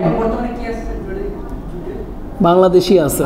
কিন্তু পাটের যে বৈচিত্র্যকরণ, বৈচিত্র্যীকরণ, জুট ডাইভার্সিফাইড প্রোডাক্ট, জেডিপি, এটা নিয়ে সরকার অনেক পুশ করছে, কিন্তু এইটা দিয়ে মার্কেট ক্যাপচার করতে পারে নাই বাংলাদেশ। যে জুট ডাইভার্সিফাইড প্রোডাক্ট দিয়ে আমি যে ইউরোপ ক্যাচ করব, আমি যে আমেরিকা ক্যাচ করব, তারা যে সাস্টেনেবিলিটির দিকে যাচ্ছে, তারা যে রিসাইক্লিংয়ের দিকে যাচ্ছে, তারা যে ওই যে মানে এনভায়রনমেন্ট প্রিজার্ভেশন, পরিবেশ রক্ষার জন্য যে সিনথেটিক ফাইবার এগুলো যে মাটিতে মিশে না, এটা যে পরিবেশ দূষণ করতেছে, এটা থেকে বের হয়ে তারা যে সাস্টেনেবল মানে কি, সাশ্রয় না, সাস্টেনেবল এই ওয়ার্ডটা সারাদিন বলি, এটা হঠাৎ মাথা ব্ল্যাঙ্ক হয়ে যায়। সাস্টেইন করা, যেটা সাস্টেইন করতে পারে সেটাই সাস্টেনেবল। টেকসই মানে টেকসই কাকে বলে? যেটা মানে আপনি পলিব্যাগ আনলেন, পলিব্যাগ আনতে জমাই ফেললেন আপনার ওই এলাকাটাতে, তখন কি ওই মাটিতে পলিব্যাগ দিলে ওইটা কি মাটি মিশাই নিতে পারবে পলিব্যাগকে? পারবে না। কিন্তু আপনি যদি ওই ধরেন প্রাণীজ জিনিসপত্র বা উদ্ভিজ্জ জিনিসপত্র, এগুলা কলার খোসা টোসা যদি আপনি এক জায়গায় ফেলেন, মানে ওটা পচে গেলে আস্তে আস্তে নিউট্রিলাইজ হয়ে যাবে না, মিশে যাবে না প্রকৃতির সাথে। তো ওইটাই আর কি, যে আমরা তো ওইটা ক্যাচ করতে পারি নাই, মার্কেট ক্যাপচার করতে পারি নাই আমরা। আচ্ছা, তো তাহলে আমরা অ্যাপারেল এক্সপোর্টিংয়ে গেছিলাম। ইউরোপিয়ান ইউনিয়ন এখানে হচ্ছে ডাটা দেওয়ার জন্য দেয়া, কিন্তু আমরা যখন কম্পিটিটরের কথা চিন্তা করি, আমাদের কম্পিটিটর হিসেবে 3টা দেশকে চিন্তা করি, ইন্ডিয়া, চায়না, মানে চায়না, ভিয়েতনাম, ইন্ডিয়া। আমি 2020 সালে একটা গবেষণা করছিলাম আর কি, যে শর্ট অ্যানালাইসিস কেস স্টাডি, যে বাংলাদেশের কম্পিটিটরদের সাথে, যে তারা কোন পজিশনে আছে, আমরা কোন পজিশনে আছি। তখন ইন্ডিয়া এই যে 5-এ ছিল, মানে 4-এ ছিল আর কি, এখন তুরস্ক উঠে গেছে 23 সাল অনুযায়ী। আমার মানে আপনারা যদি ইন্টারনেটে সার্চ দেন short analysis of Bangladeshi RMG factories, তো আমার পেপারটা পাবেন ওখানে। এটা ইন্ডিয়া তখন 4-এ ছিল, এখন তুরস্ক উঠে গেছে। ওখানে অনেকগুলো ফ্যাক্টর উঠে আসছিল। কী ফ্যাক্টর উঠে আসছিল? আমার যখন আরএমজি ইম্পোর্ট এক্সপোর্টের বিজনেস করব, মানে আমি কি আরএমজি কী করতেছি, ইম্পোর্ট করতেছি না এক্সপোর্ট করতেছি? রেডিমেড গার্মেন্টস রপ্তানি করতেছে, ওটা কি ইম্পোর্ট না? হ্যাঁ, সুমাইয়া একমত বলছে, ওটা ইম্পোর্ট তো না? ইম্পোর্ট কি? ইম্পোর্ট কি? আমরা কি ইম্পোর্ট করি? আমরা yarn fabric raw materials import করি, তাহলে ইম্পোর্ট এক্সপোর্ট এটা আমার সহজ হতে হবে আমার জন্য, না হয় আমি বিজনেস করে সুবিধা করতে পারবো না। বাংলাদেশের যে বন্দর একটা হচ্ছে চিটং বন্দর, একটা হচ্ছে মংলা বন্দর, এই দুইটা বাংলা মানে বিশ্বের যে টপ বন্দরের যে লিস্ট, একটা বন্দরে যে যে ফ্যাসিলিটিস থাকা উচিত, ওখানে বাংলাদেশের একটা বন্দর আছে 89-তে, একটা বন্দর আছে 94-তে। আর চায়নার 11টা বন্দর বিশ্বের টপ 100 বন্দরের লিস্টে আছে। ভিয়েতনাম, ইন্ডিয়া ওদেরও হচ্ছে ওইরকম 4টা করে আছে, আর চায়নার 11টা টপ 100-এ। তাইলে আমাদের বন্দর ফ্যাসিলিটি নেই, এটা তো আমরা জানি, আমরা গরিব মানে উন্নয়নশীল একটা দেশ। তারপর হচ্ছে রাস্তা না, এখন আমি আমি যে অ্যানালাইসিসটা বলতেছি এটা 2020 সালের বলতেছি, আমি যে পেপারটা করছিলাম।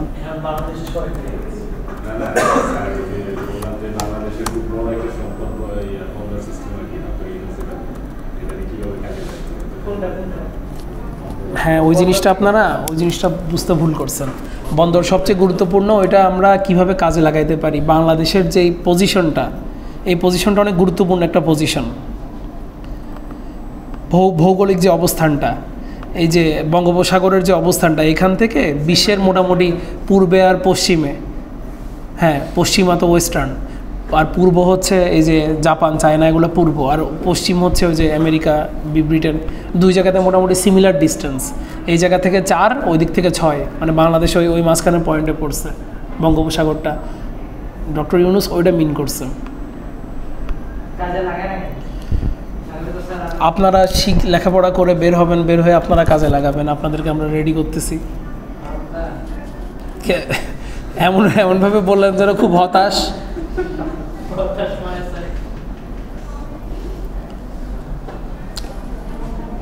এই যে বেস্ট পোর্টস র্যাঙ্কিং, সেরা পোর্টের র্যাঙ্কিং 2016 থেকে 19 পর্যন্ত 4 বছরের ডাটা।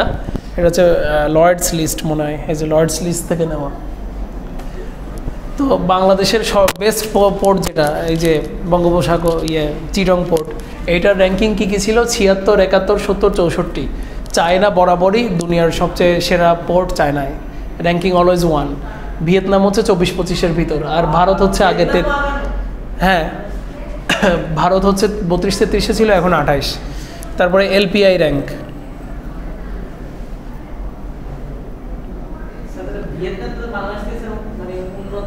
এই যে এলপিআই র্যাঙ্ক হচ্ছে রাস্তাঘাটের সুযোগ সুবিধা, রাস্তাঘাট অবকাঠামো, ব্রিজ। বাংলাদেশের র্যাঙ্কিং একবার ছিল 2016 আর 18, 2 বছর পর করে র্যাঙ্কিং। 16 সালে ছিল 88তম বিশ্বে, আর 18 সালে গিয়ে ওটা 100তম হয়ে গেছে। না, এখন হয়তো আরও বেশি হতে পারে, এটা 18-র ডাটা। ইন্ডিয়া হচ্ছে 34-44, চায়না 26-26, ভিয়েতনাম 63 থেকে 39। এবার আমি আরও কিছু যদি বলি, কিছু কথা মানে আপনারা তো হিসাবে এখনও মানে কি 4th ইয়ার, তাই না? মানে এখনও বাচ্চা আমাদের কাছে, মানে আমাদের নজরে বাচ্চা এখনও। আপনারা ধরেন মেইন দুনিয়াতে এখনও ওইভাবে যান নাই। এখানে আরেকটা বড় যুদ্ধ চলে, কমিউনিজম ভার্সেস ক্যাপিটালিজম। এগুলো নিয়ে আইডিয়া আছে? Socialist country, communist country, capitalist country. ধনতান্ত্রিক অর্থনীতি আর একটা সমাজতান্ত্রিক অর্থনীতি। ভিয়েতনাম, চায়না, এগুলো হচ্ছে সমাজতান্ত্রিকে কি হয়? সমাজতান্ত্রিকে রাষ্ট্র সকল সম্পদের মানে হয়, মালিক হয়, সেখান থেকে যোগ্যতা অনুযায়ী সবাইকে ডিস্ট্রিবিউট করে দেয়। এখানে বৈষম্যটা অনেক কম থাকে, মানে তুলনামূলক কম্পারেটিভলি অনেক কম হয়। আর ক্যাপিটালিস্ট হচ্ছে তুমি যত কামাই করতে পারো, তুমি মানে একদম পিওর মডেল যদি বলি, কোনো দেশের মডেলই 100% পিওর নাই এখন, ওই 60-40 টাইপের আর কি। মানে আপনার শার্টটাকে আপনি সাদাও বলতে পারবেন না, কালোও বলতে পারবেন না, এটা ডিপ অ্যাশ অথবা লাইট অ্যাশ। তো এই যে যেমন ধরুন আলিবাবার মালিক যে জ্যাকমা, হ্যাঁ, তো আলিবাবা কি কোনো কমিউনিস্ট বিজনেস মডেল নাকি? ওটা তো ক্যাপিটালিস্ট বিজনেস মডেলই। যে ও যত পারতেছে ও বিজনেস মানে বেচতেছে, তো ওকে তাও সরকারিভাবে রেস্ট্রিক্ট করার চেষ্টা করা হয় যে তুমি এত বেশি ইনকাম করলে এরকম হাই পরিমাণ ট্যাক্স দিতে হবে, তুমি যত বেশি আর্ন করবে তোমাকে ট্যাক্স বেশি দিতে হবে। এখন জ্যাক মা এত কষ্ট করে তার লাইফের সব বুদ্ধিবিদ্যা ঢেলে সে এই জিনিসটা বানাইছে, সেও তো চেষ্টা করবে যে আমি এত ট্যাক্স দিব কেন, এটা তো আমার সাথে অন্যায়। ও তখন কি করবে, ও আমেরিকাতে বা মানে যে জায়গাগুলোতে হচ্ছে ক্যাপিটালিস্টদের জন্য স্বর্গ, যেখানে ক্যাপিটালিস্টরা গেলে তাদের বলবে না যে তুমি হাই ট্যাক্স দাও, সেই জায়গাতে গিয়ে ও সম্পদ বানাবে। দুবাই, আমেরিকা, ওইসব জায়গাতে সে ইয়ার্ড কিনলো, সে প্রপার্টি কিনলো, সে স্কাই স্ক্র্যাপার বানাইলো। স্কাই স্ক্র্যাপার কাকে বলে, যেরকম 20 তলা 22 তলা 120 তলা 122 তলা বিল্ডিং বানাইলো। বোঝা গেছে? তো যাই হোক, ওগুলো অনেক ভিতরকার, যেগুলো পরীক্ষায় আসবে না। আচ্ছা, দুবাইতে ভালো স্যার, দুবাইতে ভালো স্যার, কোনো ট্যাক্স নাই। আসলে ট্যাক্স নাই? না, দুবাই ট্যাক্স নাই কেন? দুবাই ট্যাক্স নাই কেন? যারা হচ্ছে তেল নির্ভর দেশ, তারা এখন চিন্তায় আছে যে আগামী 50-60 বছরের ভেতরে আমাকে ট্যুরিজমের দিকে শিফট হইতে হবে। ট্যুরিজম যেমন মালদ্বীপ তো চলে কিসের উপর? ট্যুরিজমের উপর। মালদ্বীপে কি, হ্যাঁ, শ্রীলঙ্কায় ওই আপনাদের সমাজ বই মনে আছে কি না, যে শ্রীলঙ্কায় একটা শিল্প আছে, কি শিল্প মনে আছে? আমার মনে আছে, আপনাদের মনে নাই? নারিকেল শিল্প। তো আচ্ছা, মানে আমাদের বই ছিল, আচ্ছা আমাদেরটাই ছিল বাংলাদেশ ও বিশ্ব পরিচয়, যে শ্রীলঙ্কায় একটাই শিল্প আছে, কি শিল্প? নারিকেল শিল্প। মানে ওইটা হচ্ছে জিডিপি আর কি, গ্রস ডোমেস্টিক প্রোডাক্টের যেই শিল্প। বাংলাদেশে তো ওই হিসাবে অনেক কিছু আছে, আরএমজি আছে, তারপর হচ্ছে ফার্মাসিউটিক্যাল আছে, লেদার আছে, তারপরে হচ্ছে মেডিসিন তো বলছি না, তারপরে হচ্ছে এই যে চিংড়ি মাছ রপ্তানি করে, মাছ আছে, ফিশ আছে, অনেক কিছু আছে। হ্যাঁ, 50 সালের ভিতর ডুবে যাওয়ার কথা।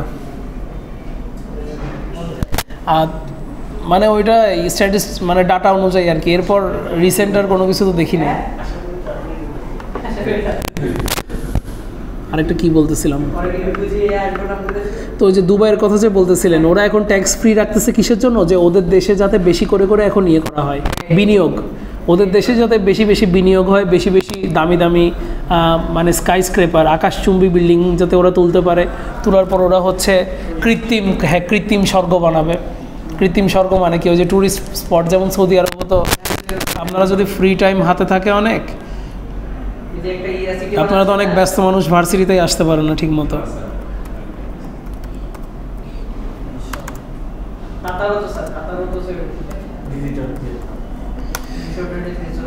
এই যে এইটা একটু ঘেটে দেখবেন, এটাতে ওরা কি কি প্ল্যান করছে।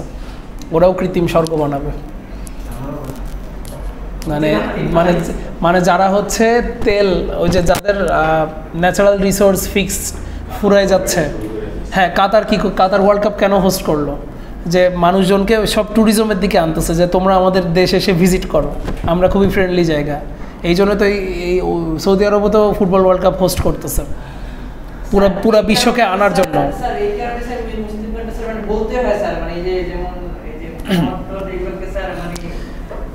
মানে পশ্চিমাদের জন্য টাকা তো ডলারে তো কনভার্ট হইলে তখন মানে রিয়াল যখন ডলারে কনভার্ট হবে, $1 সমান 4 রিয়াল। তো একজন মানে একজন বিদেশি এসে যখন ওখানে $1000 খরচ করে যাবে, ওরা $4000 আর্ন করতে পারতেছে। মানে ব্যাপারটা বুঝতে পারছেন? মানে ওরা ওই পশ্চিমাদেরকেই সবাই টার্গেট করে বিজনেস করতেছে। অ্যামাজনে যারা যা কিছু কেনাবেচা করে, বা ইউটিউবে যারা কন্টেন্ট দেয়, কন্টেন্ট ক্রিয়েটর যারা, তাদের কোন মার্কেট পেনেট্রেট করার টার্গেট থাকে, যে আমার অডিয়েন্স ভিউ আমেরিকাতে, আমার কন্টেন্টগুলো আমেরিকাকে টার্গেট করে বানাবো। সবাই তো এই যে আরএমজি এক্সপোর্টের সবচেয়ে তাদের টার্গেট লোকেশন কোনটা? আমেরিকা। কারণ ওখানে ডলার টাকায় কনভার্ট হলে আমি 125 টাকা পাচ্ছি। তো করতেছে না, আমেরিকার সাথেই তো বিজনেস করতেছে। এখন আস্তে আস্তে মার্কেট অন্যান্য, যখন আপনার নিজের দেশের বিজনেস আপনি এক্সপ্যান্ড করবেন, আমেরিকাকে তো আপনি দিচ্ছেনই, তখন এখন আপনাকে টার্গেট করতে হবে আশেপাশের দেশগুলো আমি দিব।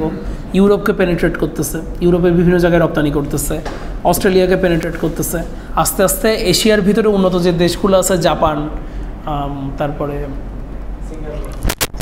সিঙ্গাপুরের তো কনজিউমার কম, সিঙ্গাপুর তো দ্বীপ রাষ্ট্র, ছোট একটা জায়গা, মানুষ কম। অন্যান্য জায়গায় দেখবেন যে যারা ব্র্যান্ড ক্লদিং ব্র্যান্ড দাঁড় করাই ফেলছে ওখানে। ইম্পোর্টের উপরে স্যার মেইন মানে সিঙ্গাপুর কোন ইম্পোর্ট? RMG import? না না, সব মানে অর্ধেক ইম্পোর্টের উপর চলতেছে দেশটা। হ্যাঁ, ইম্পোর্টের উপর চলতেছে, কিন্তু আরএমজির চাহিদা আর কত থাকবে? মানে সিঙ্গাপুরের চেয়ে বেশি চাহিদা অন্যান্য জায়গায় আরও আছে। ওকে, এগুলো তো আমি ব্যাখ্যা করলাম। SWOT analysis, strength, weakness, threat and opportunities. এই যে আমি যে পেপারটা থেকে খুলে দেখালাম, এটা আপনারা নিজেরা সার্চ করে এখানে পুরো 4টা দেশের SWOT অ্যানালাইসিস পেয়ে যাবেন। SWOT মানে কি? আজকে বোর্ডে না লিখে পড়ে ফেলছি পুরা লেকচার। SWOT মানে কি?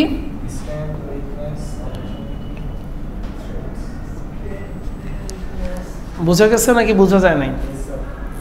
যে এখানে যখন আপনাদের টিচাররা যারা আপনাদের সামনে এসে ক্লাস নিচ্ছে, তারা যখন রিক্রুট এক্সামের ভিতর দিয়ে আসে, তাদের নিজেদেরকে একটা কোশ্চেন করা থাকে যে তোমার নিজের SWOT অ্যানালাইসিস করো। তোমার স্ট্রেংথ কি, তোমার উইকনেস কি, তোমার অপরচুনিটিস কি, তোমার থ্রেটস কি, নিজের অ্যানালাইসিস করো। তারপরে আরেকটা মডেল আছে, একটা শর্ট, তো আরেকটা এখন মাথায় আসতেছে না, মাথায় যখন মনে পড়বে ওটা আমি বলবো। আচ্ছা, আজকে তাইলে শর্টের আগ পর্যন্তই রাখতেছি। শর্টটা খুব দ্রুত পড়াই দিয়ে আমি আপনাদের বিজনেসের ভিতর চলে যাবো, যে ব্যবসা কত প্রকার। এটা ইন্টারেস্টিং একটা টপিক, যেগুলো আপনারা হয়তো নতুন কিছু শিখবেন এখানে। আর ক্লাস নাই তো না?